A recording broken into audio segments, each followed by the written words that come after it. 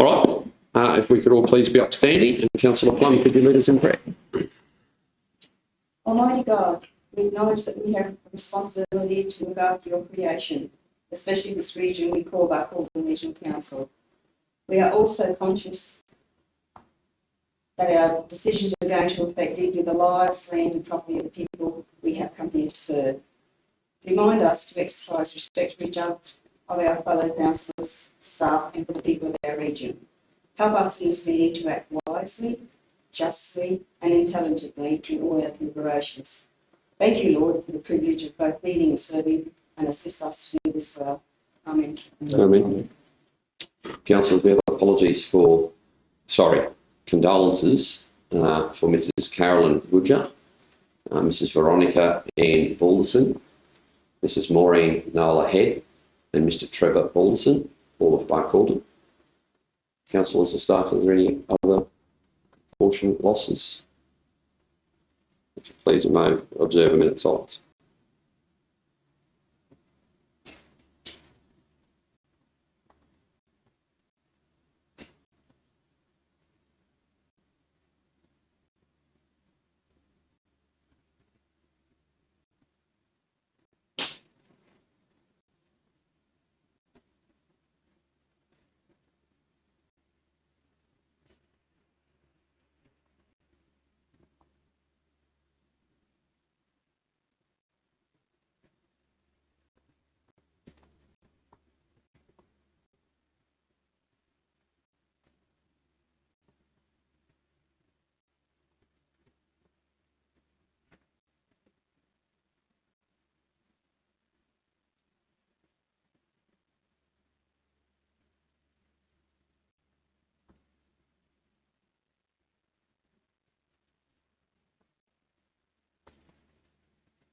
Thank you. All are present today. Welcome back, Damien. No apologies. I'd like to take this opportunity to acknowledge the traditional owners of the land upon which we meet, their elders, both past, present and emerging. Councillors, declarations, please, of prescribed conflict of interest, starting with Councillor Mott. No prescribed conflicts of interest. No. Thank you. Councillor Plum. No, I don't believe so, Mr. Mayor. Councillor Arthur. Mr Mayor, I inform the meeting that I have prescribed conflicts of interest in the following matters, as defined by Section 150 EI of the Local Government Act. The nature of my interest is as follows. Item 3.1.1, the tender of the Acacia Street Wall. A close associate of mine is likely to supply goods and or services to the tenderers for the works. That close associate is Michael Horman Transport as a mine employer. 3.3.5, the local roads and community infrastructure phase 3 funding.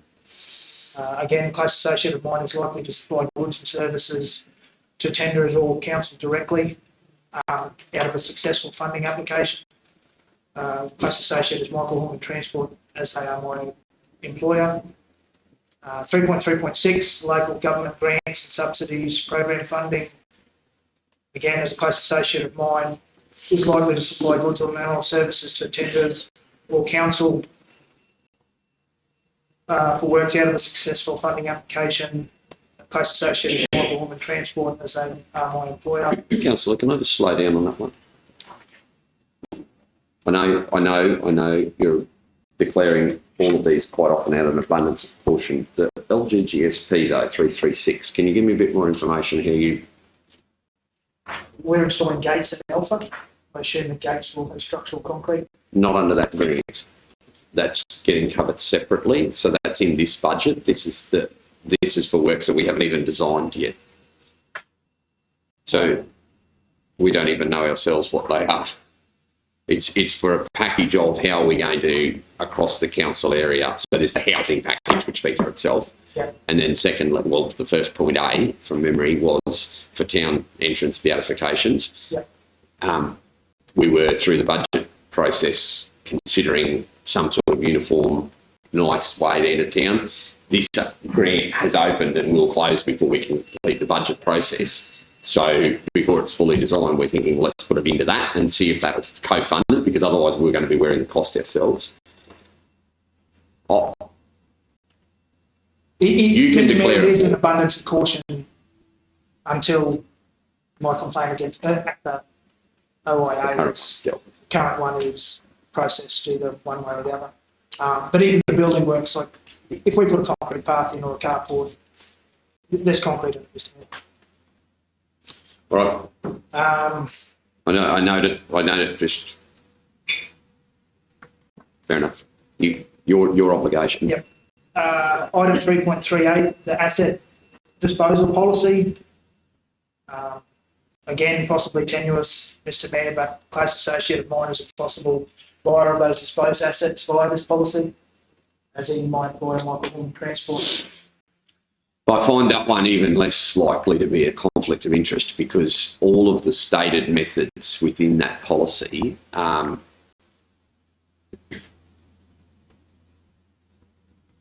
call for a method of public sales, so he could receive no benefit.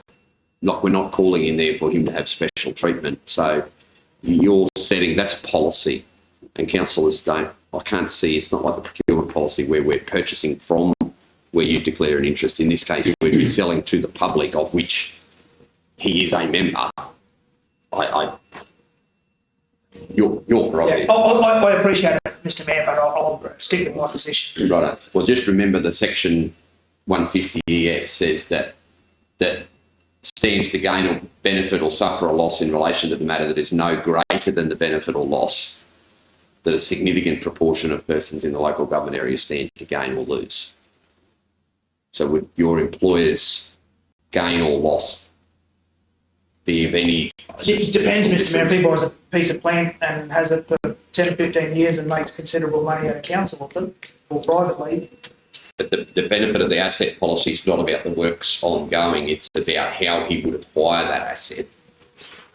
If he chose to... Yeah, I'll still okay. declare, Mr. Mayor. I'll come back and revisit that with you if I end up losing a quorum on that point because of this. And this is only my perspective, Mr. Mayor. Tomorrow. 3.311, the tender of wet and dry hire plants. That's due to a previously declared prescribed conflict of interest on the matter earlier. And also 3.5.2, tender bitumen supply of Capricorn highway widening. Although the tender is not in relation to cover aggregate, they are quite closely linked. So we're not going to do bitumen work without the supply of concrete, cover aggregate, I should say. So again, a close associate of mine has likely tendered for the cover aggregate supply for that associated works. And that being Michael Horn Transport, my employer. That is all, and I will, in accordance with section 150 EM of the Local Government Act, I'll leave the meeting and stay away while this matter is discussed and voted on. Would you like morning tea outside? I've got a book, Mr. Mayor, thank you. Tomorrow, interest training is going to be very, very interesting after this, pardon the pun. I have a few examples for them, Mr. Mayor, yes. Today's, but some of the councillor heads.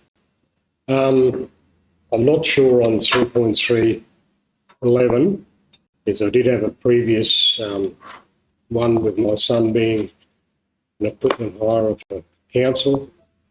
I'm not sure if I need to declare that or not, Mr. Mayor. You don't need to redeclare it, you just need to act, unless you intend to change your declaration. So you're currently, you are a declared prescribed conflict of interest in that. So, and your practice obviously is to leave when that's on. If you intend to change your declaration, that's all you need to do in this respect. No, the fact that my son is a supplier to council, I will declare that as a conflict and leave the room. So you're continuing in that respect? Councillor Gleeson? Oh, no more, Councillor Hanson. That's it. Sorry. Mr Mayor, I'm not, it would be declarable 3311. I'm not real sure whether I have declared before or not with that. That would be prescribed, I would suggest to you, Councillor, not declared. That's fine. I honestly don't think. But I know for sure that 3.7.3 debt recovery, as I am the president of the committee that the Kentrust committee, I have a prescribed conflict of interest, and I will be leaving the room. 373. 373. Councillor Gleeson, just with respect to 3311, did you have any member of your family or a close associate of yours tender to be on our wet and dry plant hire list? I think my son-in-law is. I'm not sure. I'm sorry. Did you leave when we discussed this last time? I don't remember. I don't think so. No, I don't think so. That's why I'm asking. I'm sorry. There's quite a few agenda items away. We'll check. And if he is on that list, my friendly advice to you is you probably should declare and leave. By all means. Councillor Pepper. Mr Mayor, I will declare the side conflict of interest for 3.4.2. It's the same item that I've been clearing all along with regard to the 43 footpath and I live in 43. And I'll declare the side conflict of interest. Thank you. I have none. Declare. Does any councillor present wish to point out or raise with any other councillor present potential prescribed conflict of interest that has been overlooked? Okay. Declarable conflicts of interest. Councillor Rogers. Any new ones? Mr Mayor, I've got a previous declared conflict of interest in 3.4.2, the project report.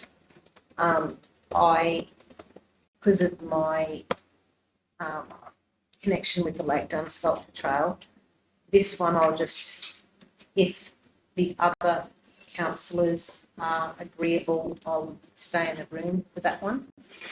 And then I've got declarable conflict of interest in 3.3.5, the local roads for community infrastructure phase 3, because the nature of my interest is that my connection with the Lake Dunn Sculpture Trail, which is the subject of 2 areas of application for funding, and I'll just leave the meeting for that one. So the first one you were requesting, councillors, consideration to stay. Yeah, that's the project report. So that's 342. Yeah. Councillors, your thoughts on Councillor Rogers remaining for the discussion of the report in 342? Councillor Gleeson moves, Plum seconds. Discussion, debate, those in favour? Against? 6-0. And you intend to leave for agenda item 335. Thank you. Are there any further? No. Councillor Plum? I don't believe so. Councillor Arthur? No, Mr Mayor. Councillor Hanson? Not that I'm aware of, Mr Mayor. Councillor Gleeson? Mr Mayor, I'd just like to discuss or ask the to do with item 3.1, the tender for the Acacia Street Wall, 311. I'd just like to let everybody know that I have had a phone call from a tenderer, and whether I should declare and leave the room. I'm asking them for advice, but then I'm probably saying that everybody is aware that I have had a phone call from a tenderer in the process, and whether I should declare that. I will declare that. I'm asking your opinion, everybody's opinion. So the information the tenderer raised with you, you reported to council officers who then issued various, which are documented in here, advice to prospective tenderers. I'm not aware of what it is that would preclude your ongoing involvement. I can't see a interest under the defined section as an interest as to why you wouldn't choose to be involved. You're in no way a related party to any of the tenderers.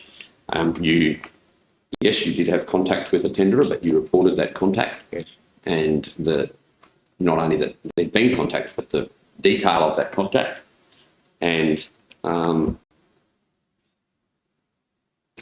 so the Act's very clear on what defines as an interest, and contact from a tenderer is not in any way part of that. If you feel that personally you've been prejudiced as a result of those phone calls, you can always opt to stay away, but it won't be through a declarable or prescribed interest. It would be out of an abundance of prejudicial caution, but that's something that only you can really determine. No councillor present could make a determination that you have an interest in this and require you to leave unless they could make a connection to you between you and one of the tenderers on the basis of a defined interest. And I personally can't see that in any of the paperwork I have. Thank you, Mr. Mayor. I just wanted to raise the point, and I would like to be part of the discussion. I just wanted to raise the point. My point here would be that tenderers or prospective tenderers should follow due process and make those same representations direct to the tendering officers, not to councillors, so that awkward conversations like this at the start of a meeting where we're about to decide on it should happen, especially a long-serving tenderer who's done this sort of work for many years should know better than to attempt to compromise a councillor's ongoing role in it by repeatedly contacting them. That frustrates me no end. But in terms of formal interest declarations, I don't see one. Unless any other councillor present does. Noting Councillor Arthur has a PCOI in this same matter.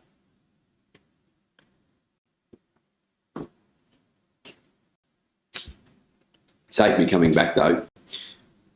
Councillor, you declared 373 as a PCOI. 373. Yeah, prescribed. I would have thought, because you're talking about community group, that would be more of a DCOI. I'm president of the Michael and Cantrell Committee, and I That's thought correct. in the executive role, it was prescribed rather than declared. Is that right?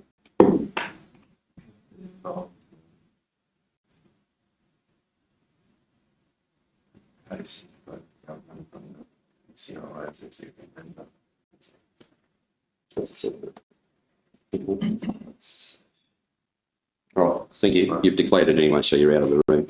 And you do have a close associate who is a so that item 3311. 3311, Mr. Mayor, as a family member is on our wet and dry list, I will be leading the room. And that family member is A, M and KJ Kenny. Yep.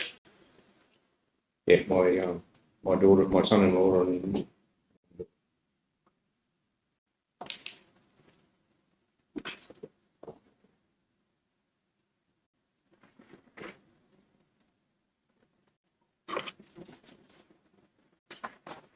Do I still have a quorum then? Are you here? You're here? Three of us are. Right. Councillor Peoples, any DCLIs? No, Does any councillor present wish to point out any perhaps overlooked DCLIs from any other councillor present?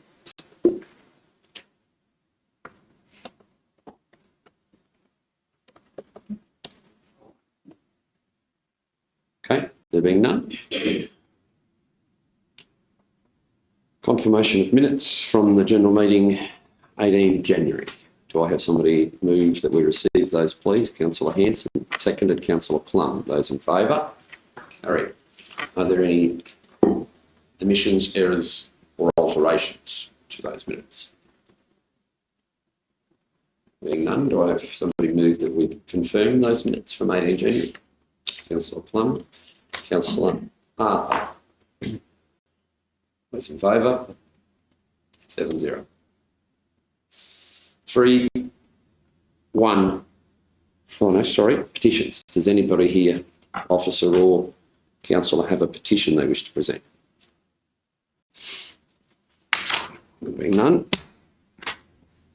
311. Tender for Acacia Street Ball. Rick, welcome to the meeting. Thank you for coming over. I was wondering that. You're appearing as the lead officer for the tender evaluation process and the project process, is that right? Yes. Very good. CEO, Rick, would you like the meeting to be closed at this point? Oh, sorry. Idea. Would you like to close the meeting? Would you like the meeting to be closed? Yes, we're talking about regional Contracts, and you're all going to close it using you're going to request we close it 254 G 254J subsection G, a commercial matter involving the local government for which a public discussion would likely prejudice the interests of the local government. Do I have a mover? Councillor Gleeson, seconded Councillor Plum. Those in favour? Meeting closed 6-0 at 5 to 9. Officers present can all remain in the room.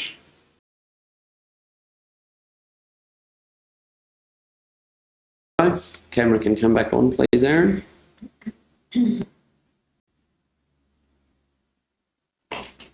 All good. The officer's recommendation is that we receive the tender evaluation report and award the tender for the Acacia Street bore upgrade to water drill for the price of $777,529 with a provisional allocation of $75,000 for electrical installation. Do I have a mover? Councillor Rogers moves, Councillor Hanson seconds. Debate? Comment?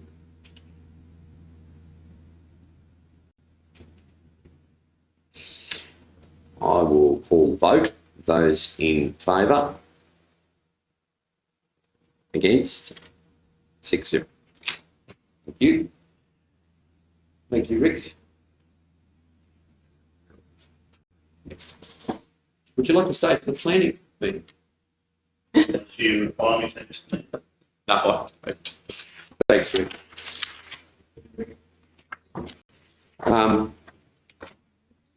Councillors, can I have a motion, please, to suspend standing orders and move out of order in the agenda to agenda item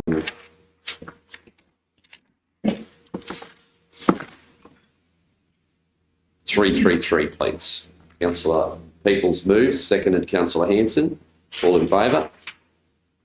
Carried 6-0. He would have got back. He's not back in the room, so he'll wait. So we are joining our consultant planners to this meeting. Now, please.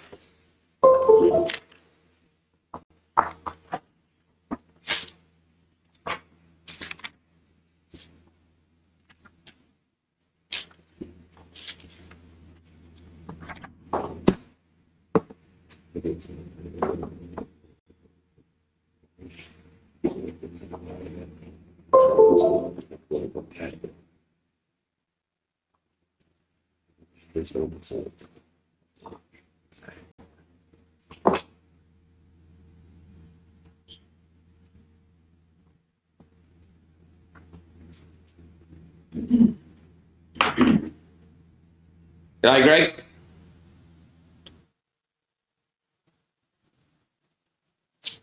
Hello, Kate. They know hear me.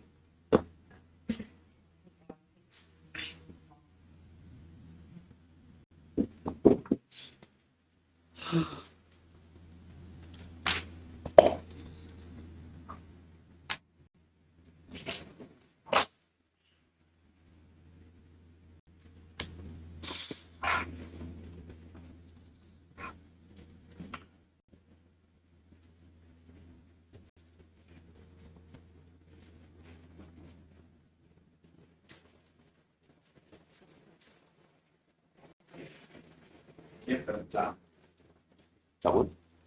square one.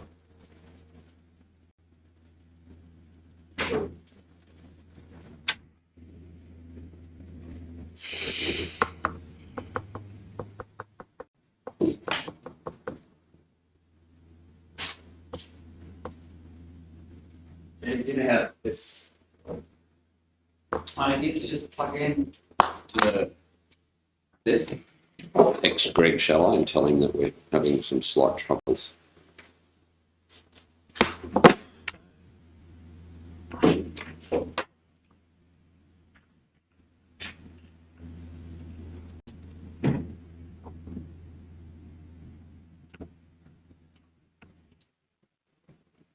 Maybe it's plugged into the front only. Like the USB and then it's. I think it is.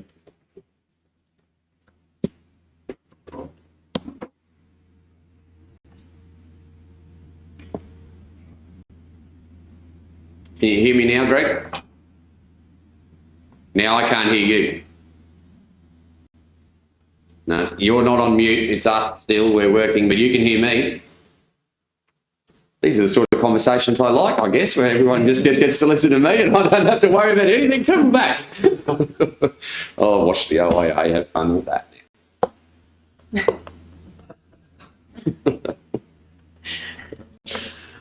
Oh. Hello, Kate. I'm sure you can hear me, but at this point we're still just working on getting volume from you and Greg into us.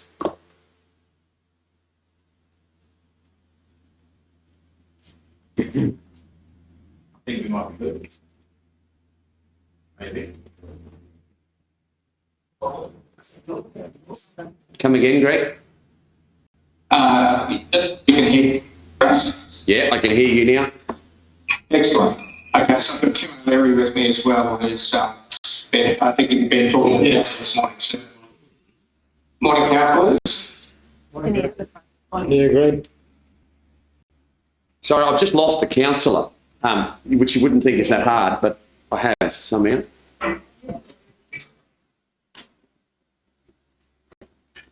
Right. Thank you for joining us this morning. We always appreciate our catch-ups. We've worked together very closely over a number of things, including one that's referenced in this report, the Waratah call-in. Do you want to lead us through, Greg or Kate or Tim? I know there's a number of things at play here, including live DAs, but also the planning scheme that we've submitted and issues around that. I just should point out to you that we're not in workshop offices, so we are in open meeting, and your contributions today will be recorded with our audio-visual record of the meeting, so it will be publicly available information. So if there's anything that you wish to share with us of a sensitive or confidential nature, can you just indicate that prior to doing so, and we will close the meeting accordingly. I understand, Mr. Mayor, we understand that. Look, I think just before we move, talk about the draft planning scheme and the current state of play there, just in terms of Waratah Coal and the ministerial call-in, my understanding, Tim probably knows a little bit more about it at the moment, but my understanding is the state government has requested more information from Waratah, and that is around some of unsurprisingly, some of the issues around climate change. And is that right, Jim? Yeah, that's correct. So there's no further information that they're seeking from council. It really carries back into Waratah's court to demonstrate, I guess, the sustainability of the project so that the state government can make an informed decision. So really, holding pattern that application. The other point to make is that all the extensive work that went into the infrastructure agreement, Waratah Coal has offered to pay council's fees for engineering and planning and legal input. And so we're working with the CEO to recover those funds. But also at the same time, the state government is offered to pay the fees as well, so council is certainly not going to be out of pocket for the extensive work they've undertook. Can I just ask? Is there any questions on on the ministerial call out or warrant article? One question, one comment from myself. One comment was that there was, you're right, unsurprising the issues that have been raised in the request for further information, but relatively light in itself, not an extensive list of complicated documents that look to be required there, although I might be oversimplifying some elements of it. So I think probably, once again, as I think we've communicated to the Minister and to the Government, a bit of a testimony to our planning process. Whilst we were using dated planning schemes, we had done a rigorous assessment of so many different elements of the project that it should stand us in relatively good stead as a council moving forward when we have a more modernised planning scheme, should we receive DAs as complicated as the one that perhaps this one we've seen today. So I compliment you and officers and councillors a little bit for being a part of it. You know, I guess outside the normal process, whilst following the planning scheme and following, you know, our legislative boundaries, would appear that the state have had a look at this and realised they actually don't need that much more information. Probably the public information is what they are chasing the most in this case. Yes, I think that. Thank you, Mr. Mayor. Yeah, I think that. And we expect that warrant article will be responding in the near future to the request for more information. And look, and taking it further to that, Mr. Mayor, is that we will be in a position to, if the state was aligned to approve the application, to obviously assist with conditions to ensure that all its regional interests are adequately protected in any future approval. So thank you for that, Mr. Mayor. Tim, have you got another? They have to respond to the information requests by the 26th of April, so they've still got a few months to do that. Very good. Okay, and look, we might just hand it over to Kate, unless there's any further questions around applications or advice. We'll hand it over to Kate to talk about the state of the planning scheme, some of the challenges that we've been dealing with the cultural heritage aspects of the scheme, and to get a bit of guidance from council to bring that together. Kate, can I hand over to you? Yes, thank you, Greg.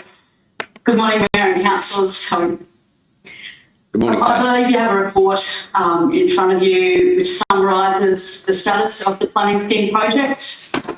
We received correspondence back from the state on the 27th of January outlining matters that the state can still consider to be an issue or require addressing.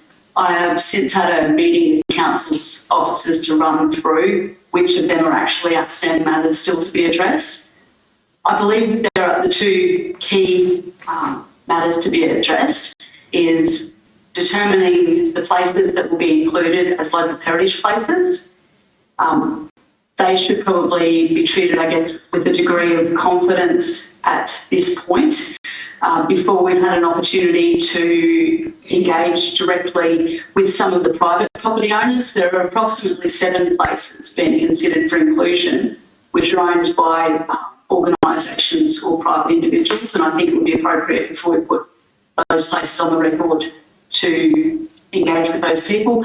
I've provided to council's officers a draft of some correspondence that could be sent to those people to canvass how they feel about their property being included before we release the details of those properties publicly. There are also 4 places which were on the list of potential places workshopped with council, where the information and research we've been able to undertake hasn't, I guess, given us any confidence in the boundaries or location of that place. So I would be seeking input from council and people with local knowledge as to the boundaries of those places and their potential heritage significance before finalising the heritage report to include them or recommend that we leave them out at this stage. The other matter which has been raised by the state has been raised by the Department of Planning on behalf of DATSIP, and that is in relation to the matter of engagement with the Aboriginal community of Barcaldine and those with an interest in Aboriginal heritage matters. There is now a planning requirement in Queensland to incorporate Aboriginal knowledge, culture and traditional information in planning schemes to the extent that that's culturally acceptable or appropriate. And that obviously would require engagement with the Aboriginal community. Planning is also a discipline of balancing issues, I guess, as well. And one thing we need to have regard to is the statutory timeframes for the public consultation process that we have in front of us under the Section 18 notice issued by the Department 2 or the State 2 Council, as well as how you undertake appropriate engagement with Aboriginal communities to appropriately, I guess, determine and discern inputs which may be appropriate into a planning scheme. And I would suggest that a 40-day statutory, 40 business day statutory period is probably not a culturally appropriate way of discerning and determining those inputs. And I think to some extent the state acknowledges that. I suspect at this point that an appropriate way of addressing that issue may be to recognise that planning scheme preparation is an iterative process, and there are opportunities once a planning scheme comes into effect to continue to improve, refine and amend those documents. And it may be appropriate to include in the consultation strategy that supports this planning instrument some acknowledgement of the fact that while we may not have been able to fully complete and undertake the process of engagement with the Aboriginal community in time to get this planning scheme into effect, that there could be opportunities over a longer period of time to have those ongoing conversations and amend the planning scheme where appropriate. Did that? Kate, Does anyone have any queries? Kate, can I just ask you to perhaps elaborate on what would be a more sensitive period of time? If 40 days, 40 business days is not appropriate, to what degree should we look to extend that? Conversely, I know there's formal times, like statutory times, and obviously there's a pause underway, but given that the core content of the planning scheme, which is a massive document, is most likely not going to be substantially altered, if even touched, by these tinkerings that the state are doing at the moment. Could we informally commence that consultation now, even though the document's not necessarily ready, officially ready, and then that means we've been including those groups for a longer period than perhaps the less sensitive 40 business days would be? Would that be irregular? I think that would be appropriate, Mr. Mayor, that you do have informal engagement activities going on with your community, separate from the statutory or mandatory minimum 40 business days. I guess it's difficult at this point to determine or to estimate how long it may take to be able to discern inputs that the Aboriginal community may offer for consideration by council into the planning scheme. My view is that there may be broader economic and development benefits to the community to progress with implementing the planning scheme as it currently is, with a commitment to continuing the conversation and the engagement with Aboriginal communities and doing a subsequent amendment to the planning scheme, potentially after it is already in effect, to incorporate those inputs at a later time. Your thoughts about departmental and ministerial approval of a plan that acknowledges that it perhaps has been deficient in considering Aboriginal and Indigenous or First Nation input to it? Is that likely to be enough? Just simply acknowledging that there's an opportunity to, once there's more informed or in the fullness of time, update the planning scheme. Is that likely to receive ministerial / departmental approval, or will they think that that means we've been deficient in the development of the plan? I think that they would be accepting of a statement in the consultation and engagement strategy that supports the planning scheme, of an acknowledgement that it is an area where potential further work could be undertaken in the future. And I think an acknowledgement there of the 40 business days being inappropriate to do that properly. I think the department would be accepting of an acknowledgement and a commitment to continue that process separate from the progressing of this planning scheme at the current time. We have taken additional advice from DATSIP and incorporated that already into the latest version, which you're yet to see. Some things like improving awareness and acknowledgement of the Aboriginal cultural heritage duties of care that fall under other legislation, and referencing those duties to the public in the planning scheme document as well. So we've taken some interim steps in the meantime, but I think there is room for improvement, and if we commit to continued engagement and consideration of improvements in the future, that would be acceptable. Kate, at the very real risk of sounding culturally insensitive, but I'm known to be blunt, is there a appropriate or a different method of consultation that we should take? So a stylised guide that highlights the areas in the planning scheme because of its complexity that may be of particular interest, or is it a holistic approach that DATSIP wants? So is it that DATSIP wants specific First Nations involvement in key areas of the plan, or is it a holistic consultation that DATSIP wants? Now, understanding, of course, that we have a holistic consultation with all members of the public, are they after, I was going to say targeted, but that'd be an insensitive word as well, are they after focused attention from community leaders, First Nations peoples within the plan that may better inform us when we have sit down so that we can target key areas or areas that may be of particular focus? Within planning, this is an emerging, I guess, area in Queensland. At the moment, the outcomes or responses seem to be case by case across different local government areas, and that is guided by what the Aboriginal elders and the council decide or agree among themselves are appropriate for that regional local government area.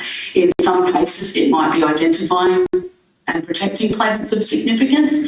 In other local government areas, that's considered inappropriate because it's drawing attention to sacred or protected places. So it really depends on the views and the knowledge of the local Aboriginal elders and community. In some places, it involves giving recognition to traditional language in the planning scheme. In other places, it doesn't. Some places, it is including mapping or diagram or drawings or images that are provided by the local Aboriginal community, which can be considered in terms of developing a certain place. And the other kind of input which has been used is protecting landscapes which represent storylines, so protecting certain vistas through the planning scheme which have storyline and cultural heritage significance to Aboriginal people in that way. So it really does depend on, I guess, the guidance that you receive or the inputs you receive from the local community. So on that specific point, there's obviously elements of the plan that need to conceptualise Indigenous contributions, such as you mentioned examples like language, but then there are specifics around places of protection or, I'm just thinking really in the minutiae of the planning scheme, there's things like the setback for a feedlot in an agricultural area as opposed to in a rural residential area, like really individually specific elements of the plan that I'm confident that very few people will ever read, let alone until they actually want to undertake the DA. I'm just wondering at what level do we break down, are we required to break down every element of the plan in our consultation, or is it purely looking at, encapsulating within the intent of the planning framework Indigenous involvement, as well as obviously places of clear protection or limited development, or, I hesitate to use the incorrect language. I'm not sure. I haven't looked at our planning scheme for some time. Is that there are elements of both? To what degree does the minutiae need to be broken down with individual groups as opposed to part of our broader consultation piece? Okay, I'll just chime in there. I think it will be elements of both. I think you will find that the strategic framework, for example, will be amended to capture the significance of the cultural heritage values of the Buckle Regional Council area. There will be specific provisions potentially that fall out of an overlay code, for example, which might identify more of a site-specific basis. So there might be code elements which will affect development, new development, in terms of where it's sited or what impact it has on the natural and cultural values. And then, for example, we've just finished the Torres Strait planning scheme out of our Cairns office in the last few months. In that case, in Torres Strait, there was actually a policy that was incorporated that dealt with consultation with development applications and the process to be followed in terms of involving the traditional owners. As Kate said, it is horses for courses, and it depends on, it will so much depend on the traditional owners of the particular region. The confidentiality aspects around how the areas that they sort of value, and that's one of the complexities of how we deal with site-specific issues in the planning scheme. So, but to answer your question, it will be top down, the strategic framework, down to the detailed code provisions, I would suggest, and that's why it will take time to tease out. And I think Kate's already had some preliminary discussions with some of the traditional owners and just sort of established that it is going to be a complex and sort of time-consuming exercise that council just will need to tackle over time. Questions, councillors? Sorry, Kate and Greg, we got very involved there, but I just wanted to get to that. Mr. Mayor, I just want to clarify that we can proceed to adopt a planning scheme prior to going through this process, because obviously it could take many years to go through the Indigenous cultural consultation process, and which means that planning scheme, if we have to wait, then it's it could be a couple of years before we even can adopt the planning scheme. So just want to clarify that it is possible still to adopt a new planning scheme and then conduct this consultation afterwards. Yeah, Kate, do you want to answer that? It's definitely possible. We're confident to adopt your scheme, and that will enable it to bring together the various things that we're having to deal with at the moment, and get at least a common sort of set of rules across the three former shires. So yeah, we're confident the state will need to adopt, and then we can set in place some priorities around how we deal with this consultation thing. All right. I think even without a formal structure with which we can undertake this, an informal reach out to traditional owners and custodians in this case to advise them that we are doing this, like to sit down with them, not even discuss the planning scheme, just discuss the process and instigate a relationship building exercise specifically for the planning with somebody from Real Planning, Greg, and our officers and myself at a bare minimum, just so that we can clearly demonstrate good faith that we're not trying to rush something through. We're not seeking rubber stamping of the approval. We want to undertake a really involved and holistic approach to it, outline where we're at from a planning space, the fact that what we're operating with has been identified as dated. It's don't have to be Einstein to work that out, and just get them on, not get them on site, but give them a reason to want to work with us rather than, and hopefully that might help a more positive outcome, Greg. Would you agree? So yes, I do agree with that. And in fact, I think maybe when maybe Kate and I are out there next, we tee up a meeting with the traditional owners that are represented in that area. And that would just sort of demonstrate the bona fide of the council and commitment moving forward. All right, that'd be great. I think we'll work that, Brett, please, for elements of the planning team that are working on this, our staff and at least one representative of the council to attend. That would be good. Yep.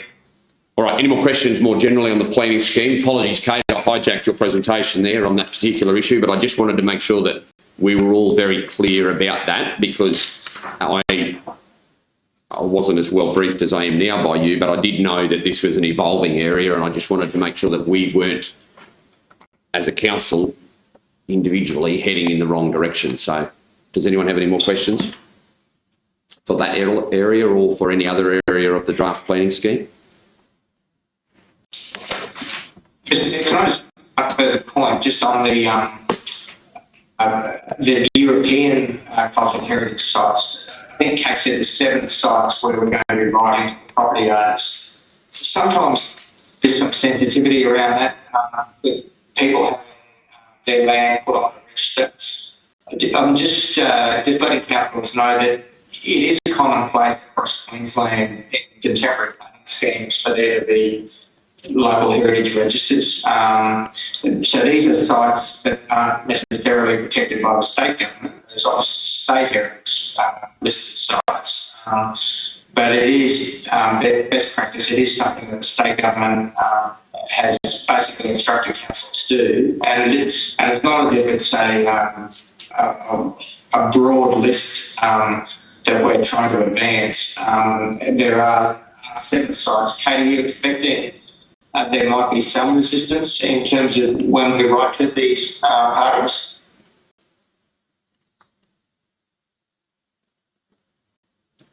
I don't expect that there will be a great deal of resistance, because some of these private entities are already running cultural facilities or museums and things like that, and I think they would actually respect the reason for their building being included. The other thing that we have proposed in the material we've prepared is to actually define the local heritage place quite tightly. So in a lot of cases, it won't be the entire lot of land. It's just identifying the specific building or structure to be protected, which means you're not really impinging on the person's property development rights across their entire block of land. Any additional assessment criteria would only be applied to the specific structure. So we have tried to tighten it and reduce the impact on people as much as possible. If anyone wanted to workshop or have a look at any of those proposed materials in advance of considering them formally, happy to have that discussion. So Kate, we can, we're seeking their preliminary feedback before it goes to public touch to the wider community, which I think is probably the sensible way of dealing with it. So we can overcome any sort of angst before the public notification of the planning scheme.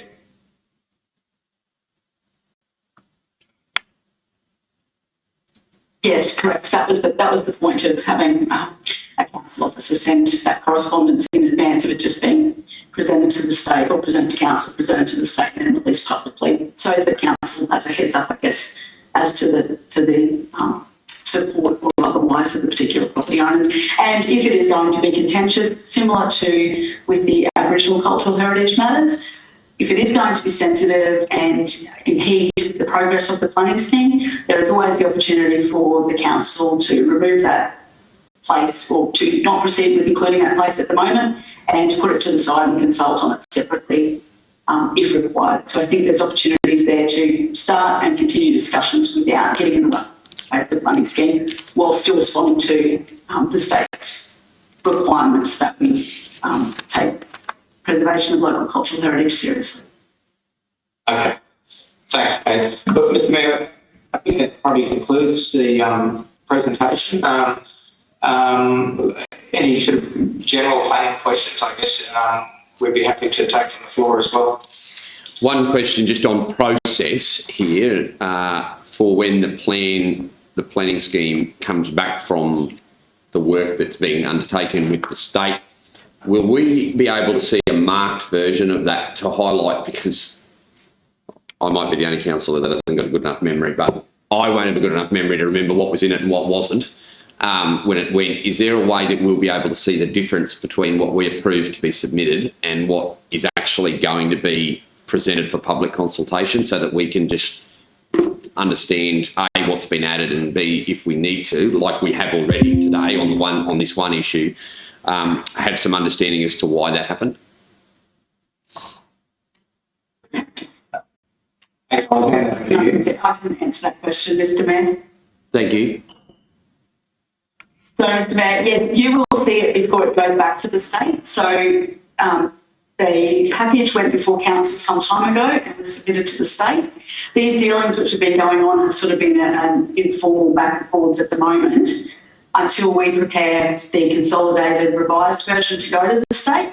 Before that goes to the state, that entire package will come back before council to confirm that that represents the position it wants to take forward. We will mark up copies and provide a briefing paper to support that when it comes to council.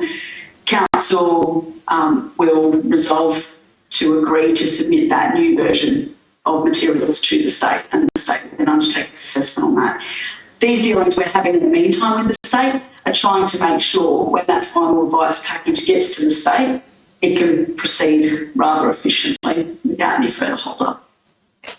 Then it comes back from the state, presumably with an approval to proceed to public consultation, and it's that version that council will see approved and submitted that you go to public consultation with, subject to any conditions that the state may require.